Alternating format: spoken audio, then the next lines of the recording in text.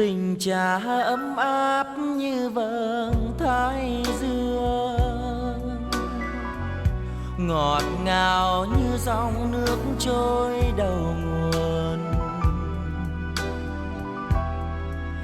Suốt đời vì con gian nan, ân tình đậm sâu bao nhiêu.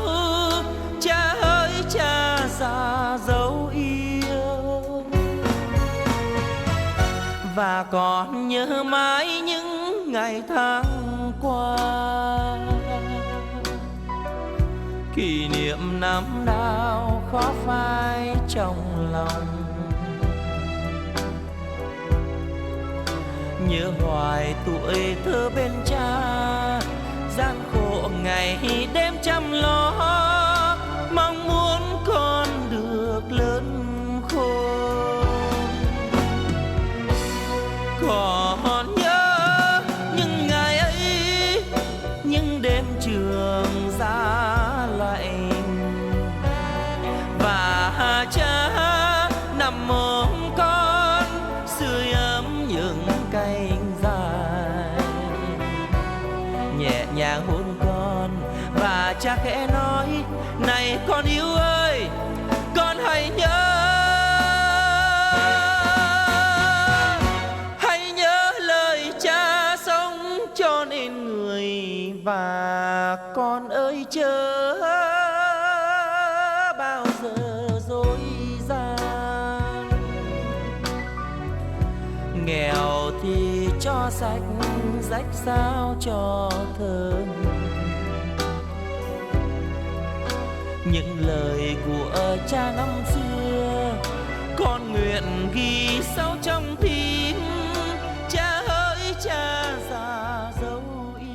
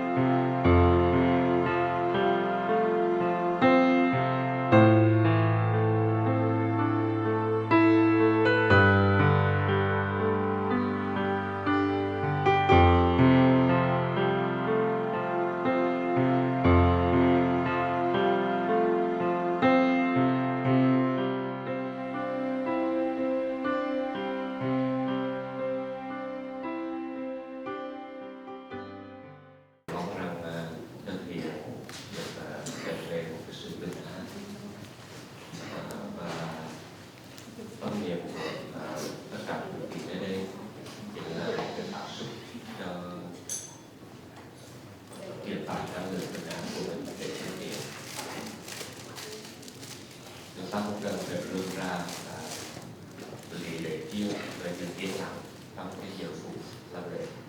Nếu làm sao mà tặng loạn thì tất cả mọi cái sự tốt của chúng ta có phạm.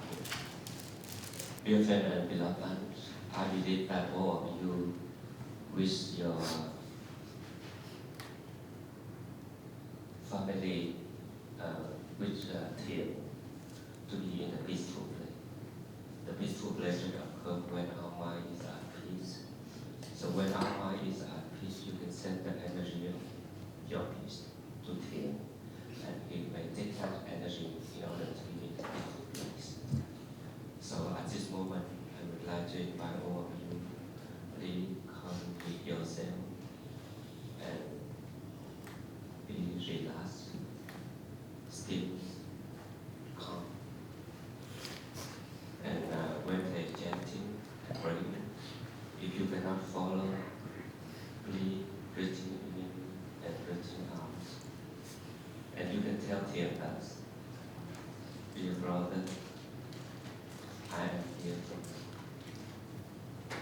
Daddy, I am here for you. Your presence is a great gift for you. And you may send that energy from your peace. Please, together we pray for you.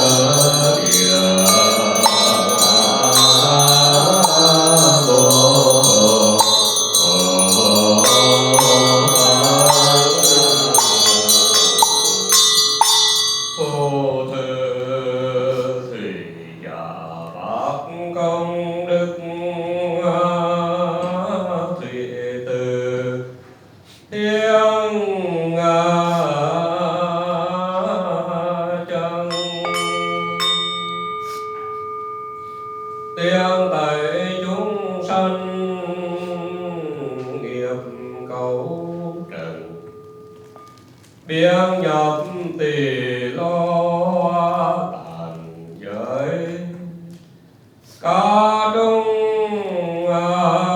vô sư Phật siêu luân,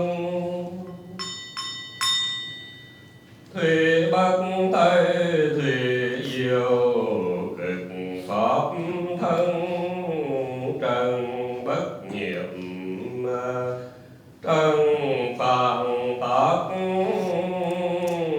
tự kiên, quyên trừ nội ngoại đàng địch đàng tràng, sai khô mộc như tác dương sưng, thiệt về băng nhi thành tình độ, sở vi đạo gia nội ngoại, trung gian vô trược về thanh phạm ưu hiện tổng thanh lương.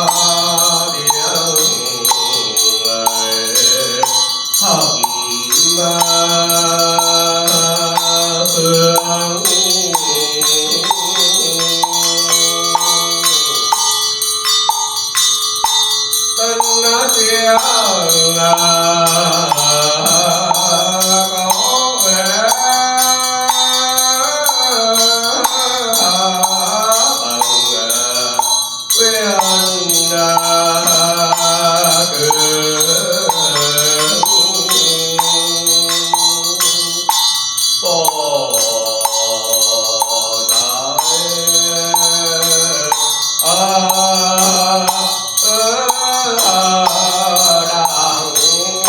đầu cam đàng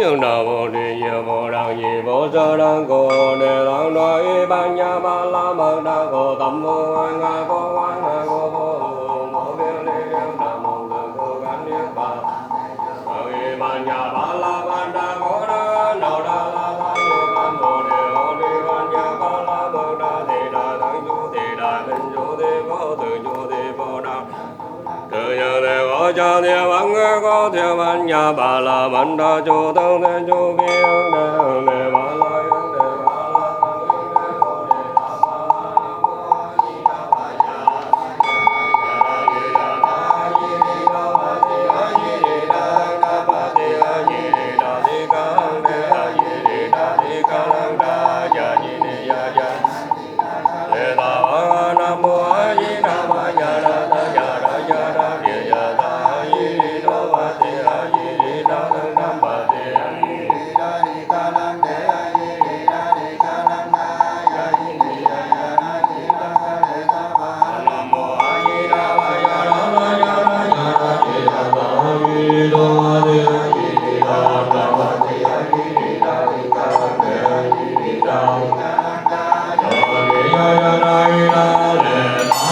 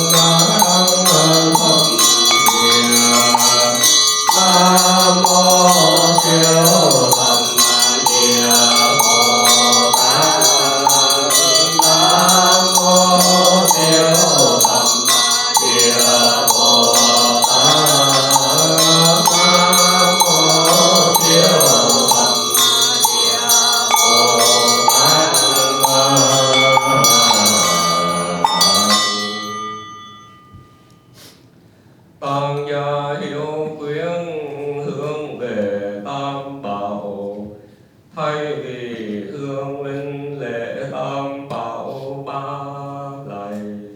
Please make three bows to the Buddha.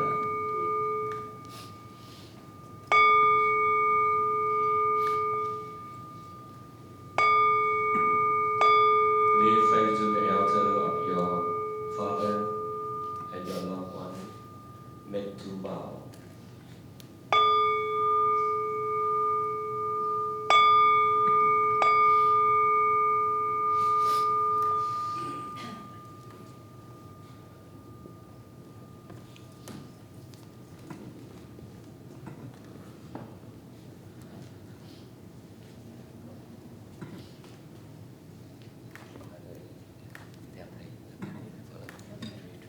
Sắc sắc không không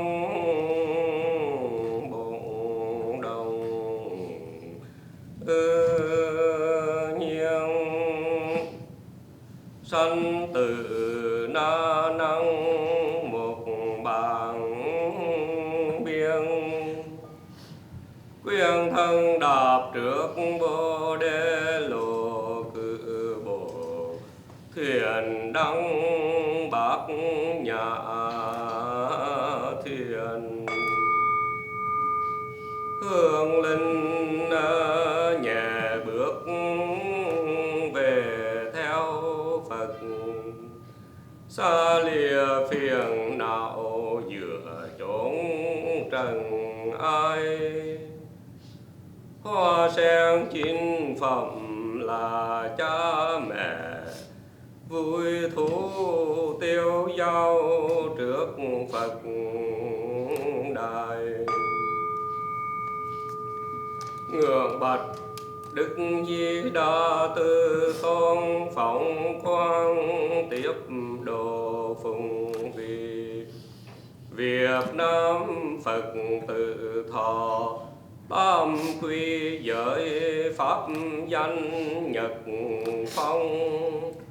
Tánh danh LeQuang Thiền, sanh năm 1967, vạn sanh năm 2023, chí hương linh siêu quy về miền Tịnh Đô.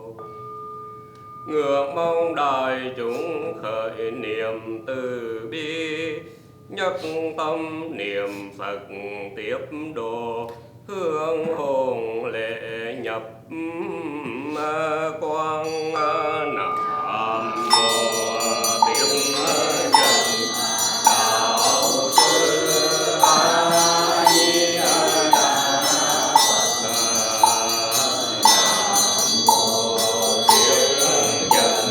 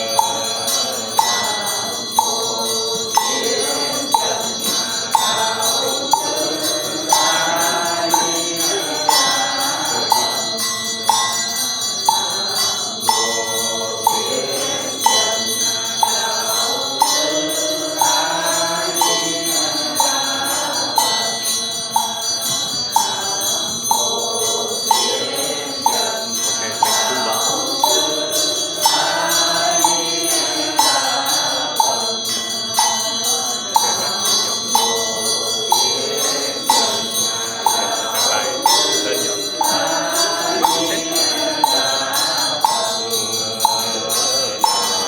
mô Tiếp Dẫn Đạo Sư A Di Đà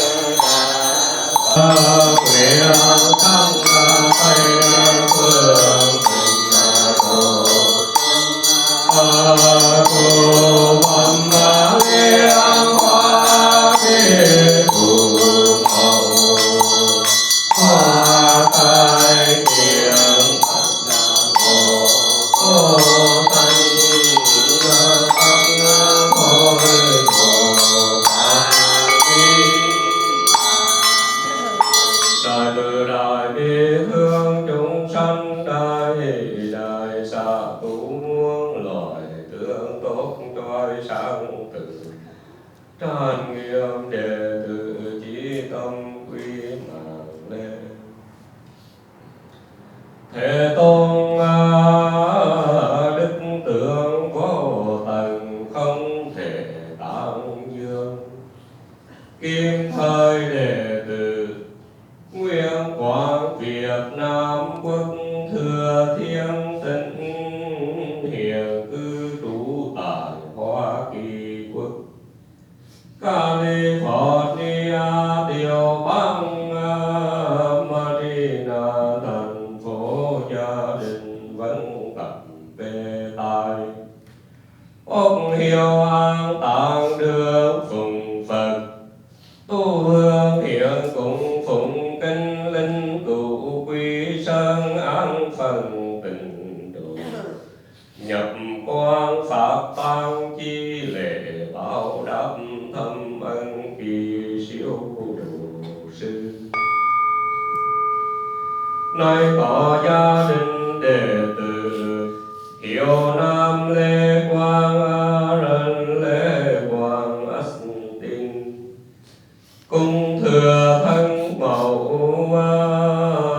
LeQuang Christina cùng tất cả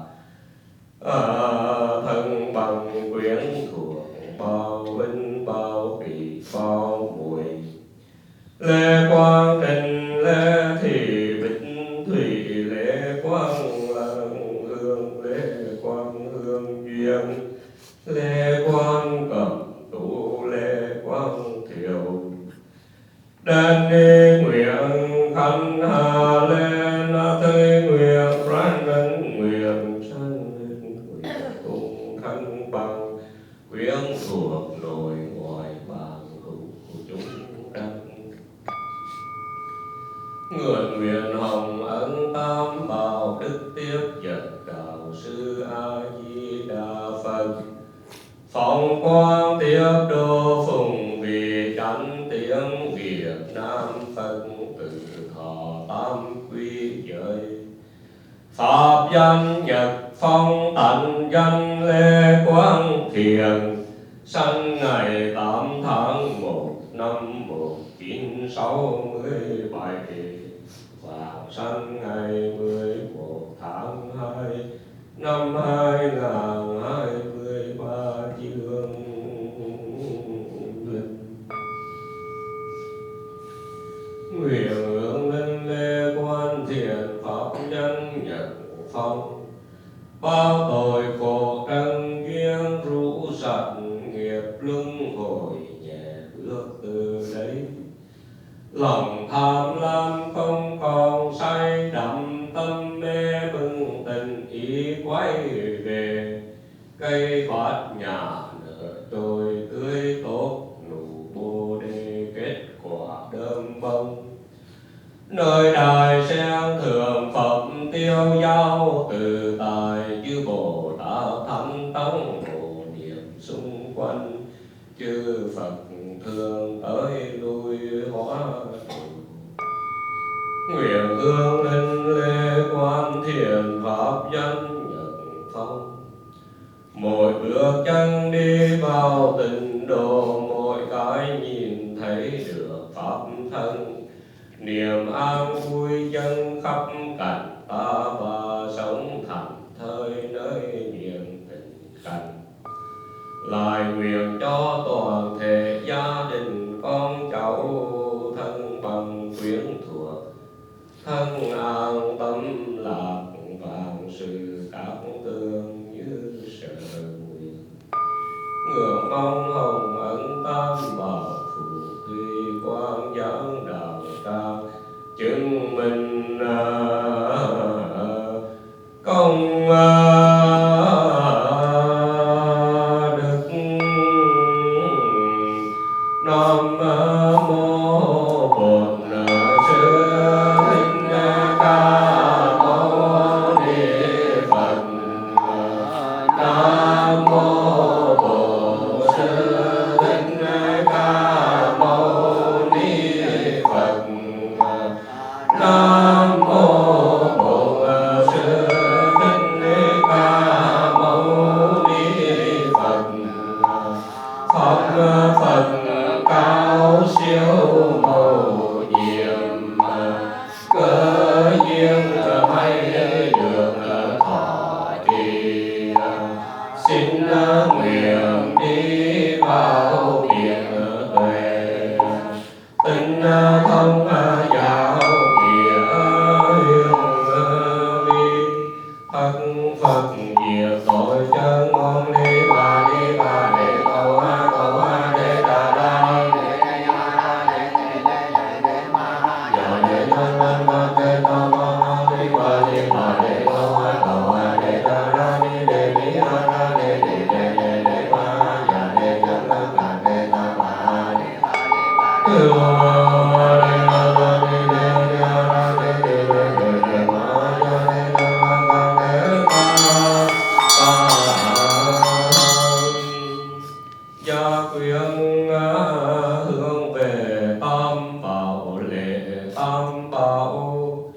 ba lại. Please pay respect to the Buddha Kim Bảo.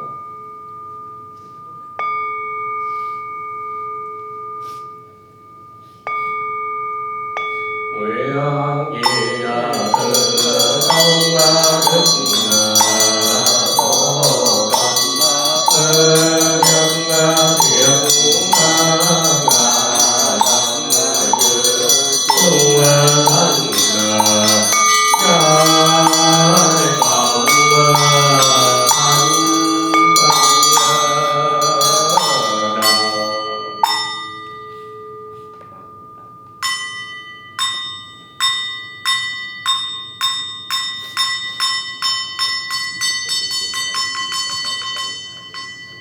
Tang gia hiệu quyền trước linh đài chỉ thành niệm hương cúng dường.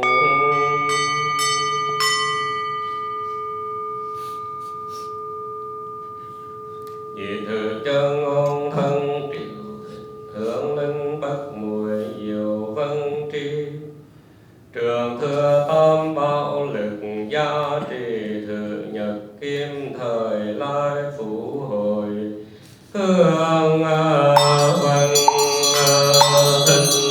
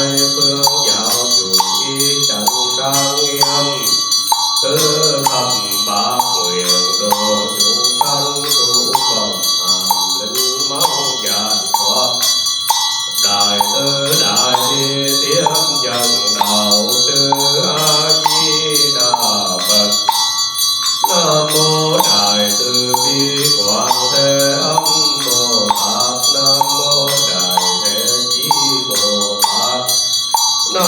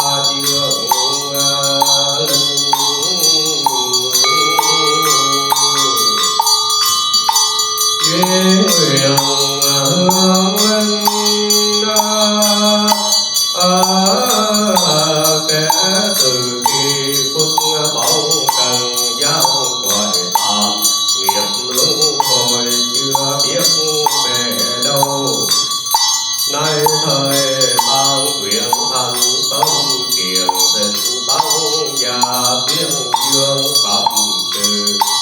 Đây nén hương lòng, đây bát cơm ngọc, đây chén trà thanh hương. Nguyện xin hương linh giờ cũng đây tựa nương tam bảo. Nhờ chân ngôn bí mật hội linh giờ này, lại đau đàn tràn nhập thân hành vì thịnh pháp. Văn kinh thọ cam lô pháp vị tùy duyên siêu ngày. Đồ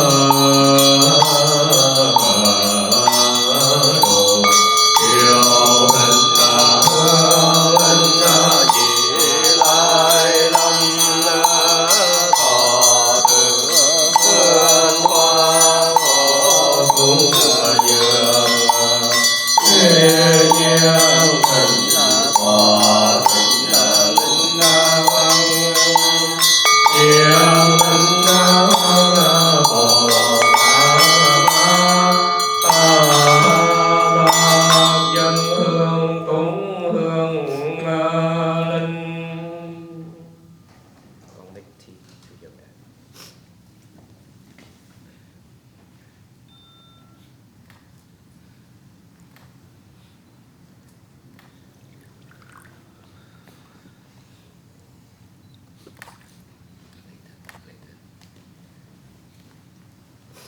Trong trà hiện cũng hương linh.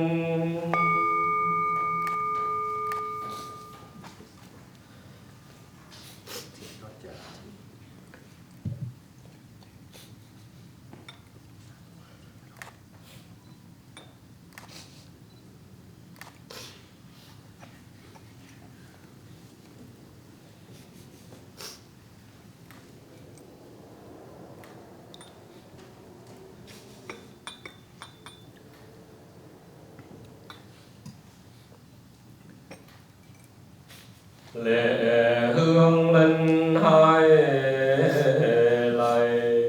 Make two bows to your linh an tòa Bồ Tát Ma Tát. Linh an tòa Bồ Tát Ma Tát. Linh an tòa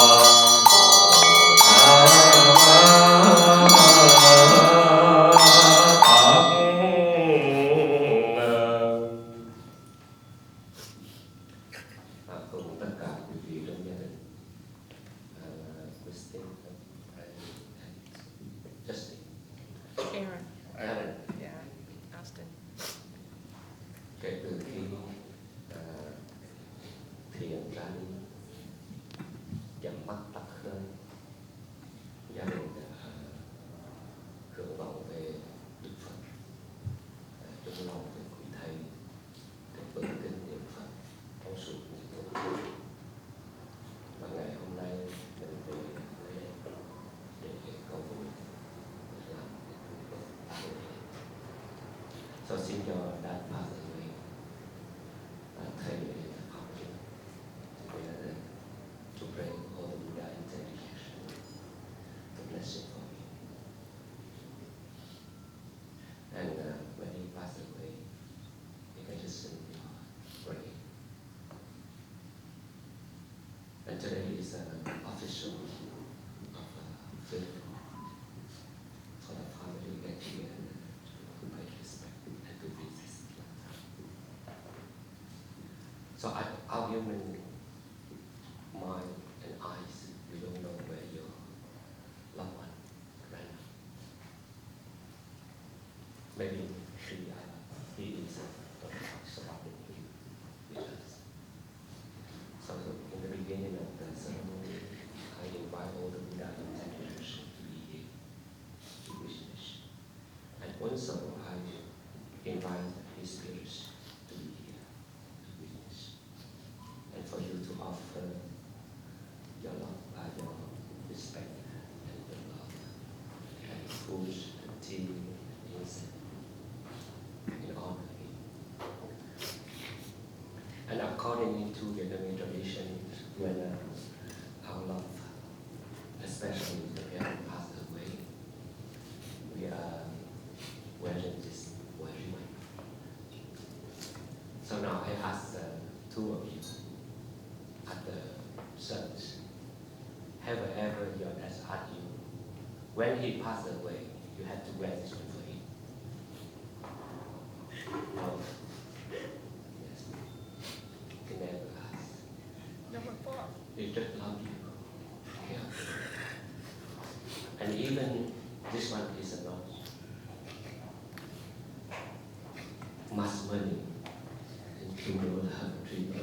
$4. But he never asked you to give it to him. He just care for you.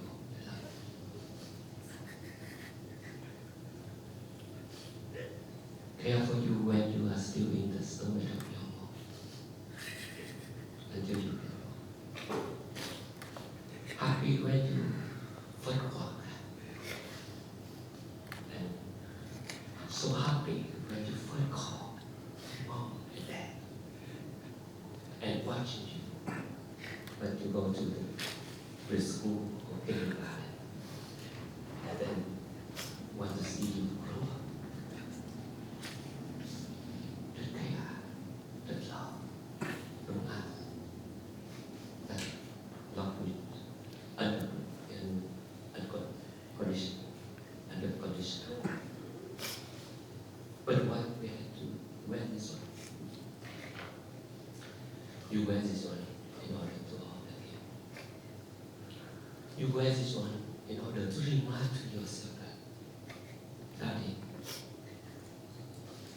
even though your physical is no longer good, but your body, your love, and your care is still here. So when you wear this one, you vow to him, you make a vow to him, Daddy, I replay your life in my life. Con sẽ thay cho ba để tiếp tục đời sống của ba, đời sống của con.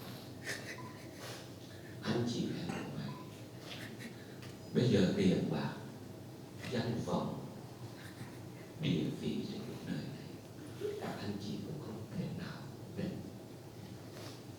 thiện với ai. Chỉ tiếp tục thay cho thiện, sống cho thiện, tiếp tục sự nghiệp của thiện trong sự nghiệp của mình, thay cho thiện để nhiều nhân con của thiện được trưởng thành người như thiện mong muốn. Christine cũng vậy. You have big responsibility. Christine phải thay cho thiện để lo cho hai con, để cho hai con trưởng thành, để thầy nhìn thấy hai con được ra trường như là ước ao. Và thầy tin tưởng Christine sẽ làm được điều đó. Thiện không có mất đâu cả.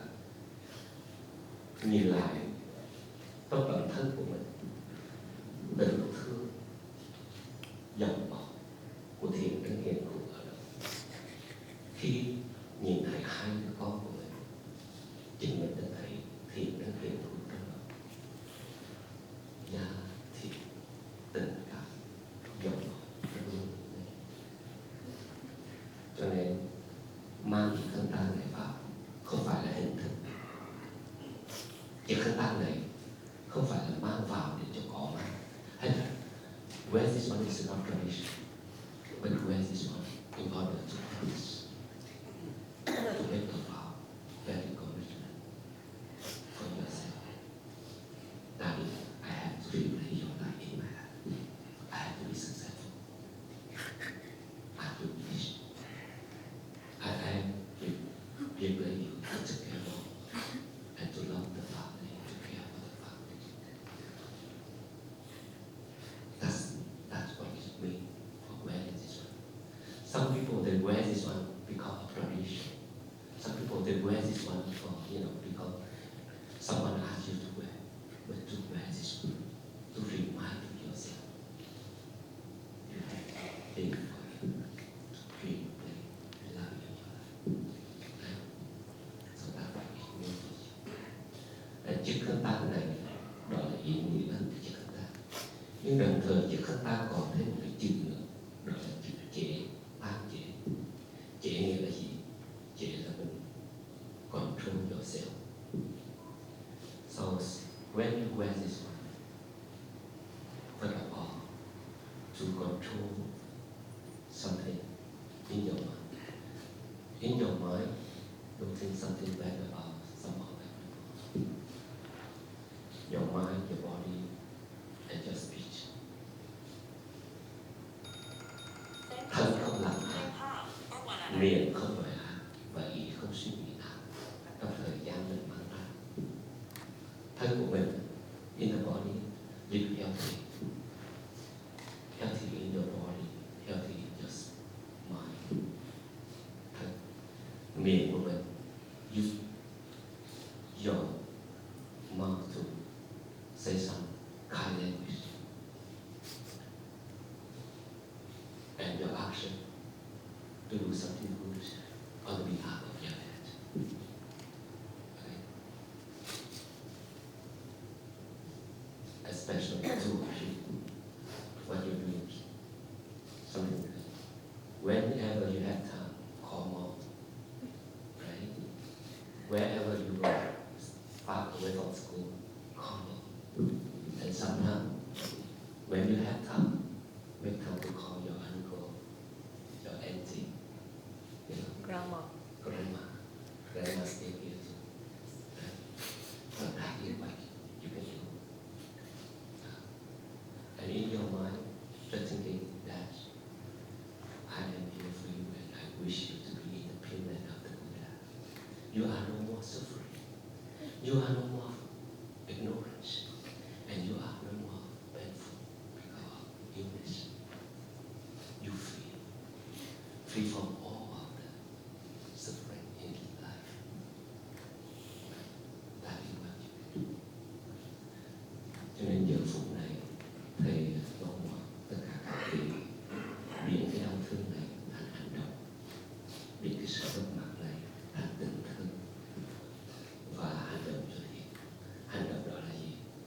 Thân miệng ý của mình thanh tịnh để mình truyền đạt cái năng lượng thanh tịnh đó đến cho thiện nhận lấy cái thanh tịnh đó để đi về với cảnh giới thanh tịnh của Phật. So I wish you all transform your suffering into your action. Live fully with your family and meaningful with this life.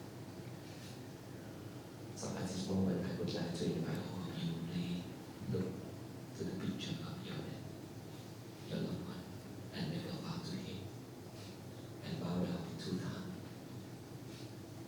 before you balance this.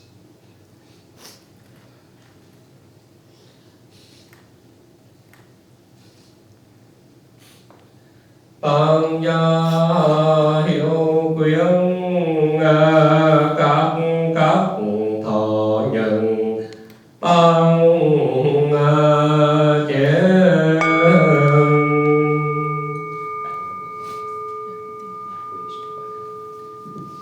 cây có công cha chẳng quảng yêu già sanh giải đam lộ quyến cùng hoan bù phần đầu nuôi con giáo dục vuông tròn đêm đường học đạo hiểu từ ân sâu chưa bảo hộ phận kém hèn giờ này quỳ trước đài sen chỉ thành cung thịnh đạo tràng thánh tình tăng bảo trang nghiêm hoặc hiện thân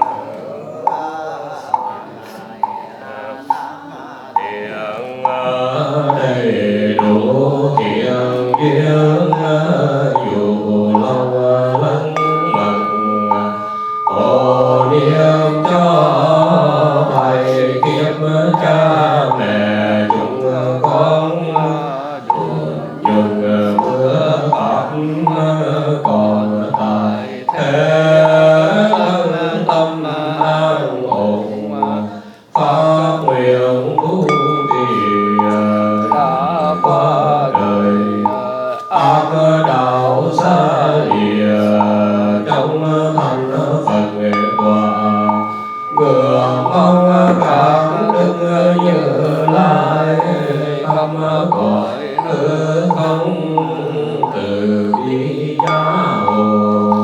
Nam mô Tây phương cực lạc thế giới đại từ đại A Di Đà Phật. Tăng gia hiếu quyến lạy xuống hương linh hai lạy chính thức thọ nhận tăng chế. Bạch trì bảo thu bảo.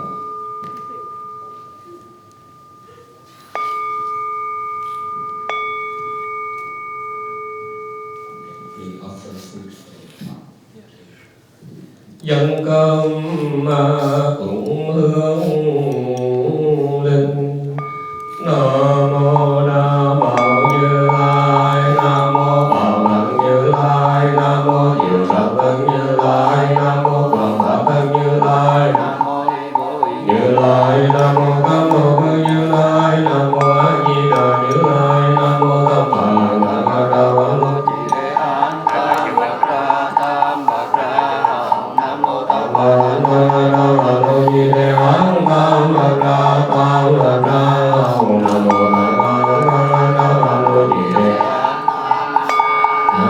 Nam mô Tô Rô Bà Gia Đa Đa Đa Gia Đa Kiệt Tha Án Tô Rô Bà Đà Tô Rô Bà Đà Tô Rô Tha Bà An Bà Gia Đa Đa Đa Gia Đa Kiệt Tha Án Tô Rô Bà Đà Tô Rô Tha Bà An. Nam mô Tô Rô Bà Gia Đa Kiệt Tha Án Tô Rô Bà Đà Tô Rô Tha Bà An. Nam Nam Ma Bì Như Ra Hầu Nam Ma Bì Như Ra Hầu Nam Ma Bì Như Ra.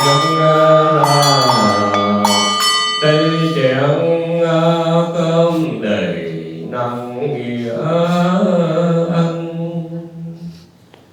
Hương linh ơi đây ngọc với đây lòng, đây tình còn đồng trong thương nhớ ân nghĩa bao đời khó đắp xong. Dâng cơm lên ăn cung giường, trong trà hiển cũng hương linh do địa lực Bồ Tát